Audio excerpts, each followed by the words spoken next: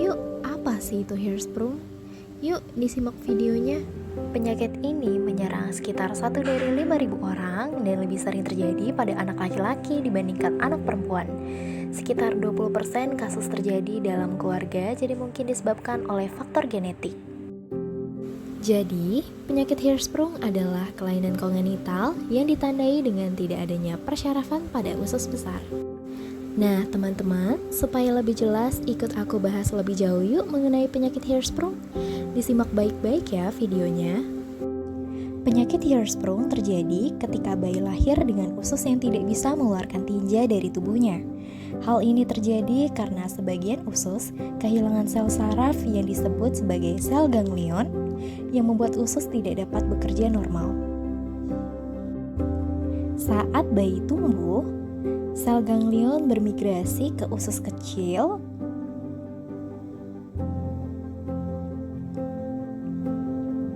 dan usus besar.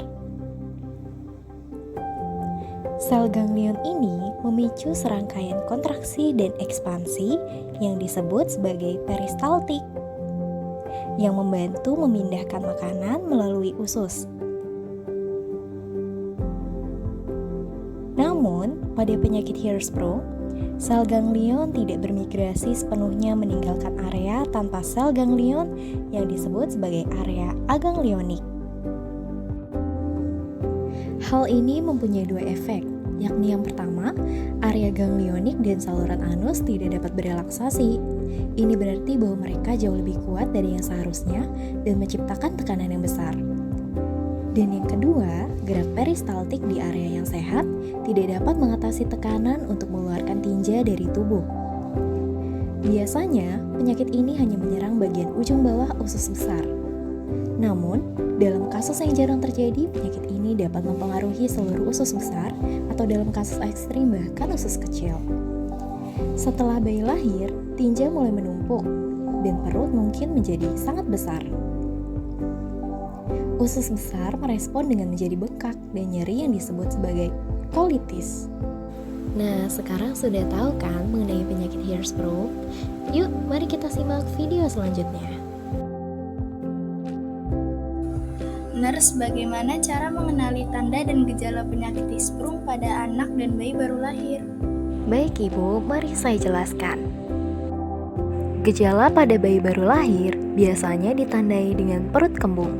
BAB pertama atau mekonium keluar lebih dari 24 jam dan pada saat dilakukan colok dubur, feses akan menyemprot.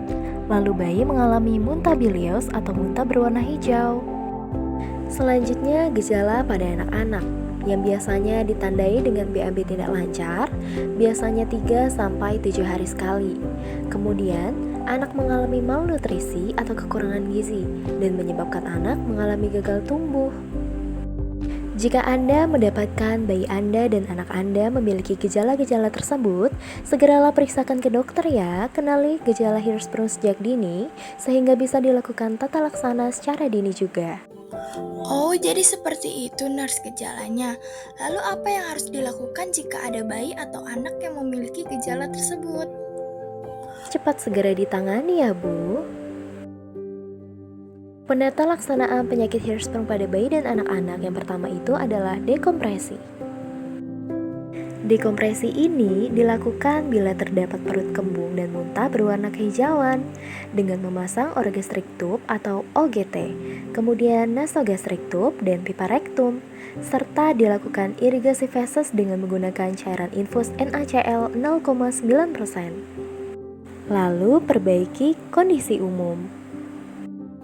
Misalkan resusitasi cairan jika terjadi dehidrasi, kemudian koreksi elektrolit jika kadar elektrolit dalam darah tidak normal, kemudian pemberian antibiotik. Pada sebagian besar kasus, penyakit hair sprung bisa ditangani dengan pembedahan untuk memotong atau mengangkat bagian usus besar yang tidak memiliki sel saraf. Prosedur bedah untuk penyakit ini terbagi menjadi 2 tahap, yaitu tahap pertama tindakan bedah sementara dan tahap kedua bedah definitif. Tindakan bedah sementara pembuatan stoma.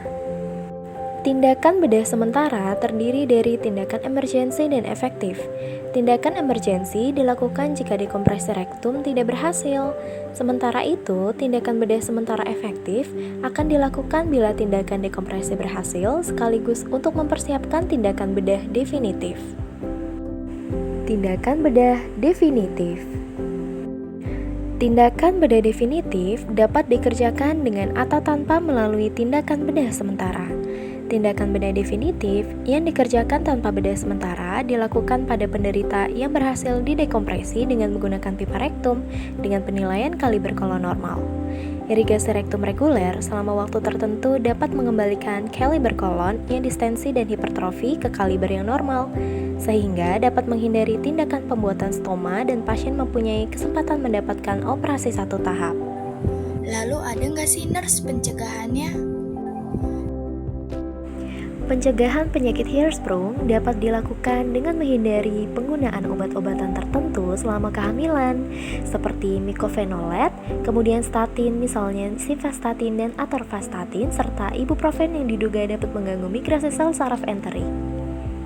Kekurangan vitamin A, asam folat, dan biotin juga terkait dengan risiko penyakit ini, sehingga pastikan kecukupan mikronutrien sebelum dan selama kehamilan sangat penting.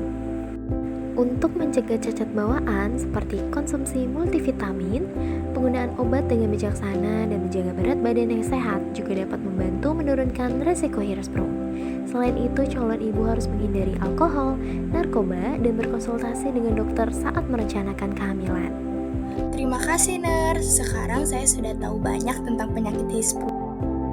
Sama-sama ibu, alhamdulillah jika ibu sudah tahu mengenai penyakit Hirschsprung ini.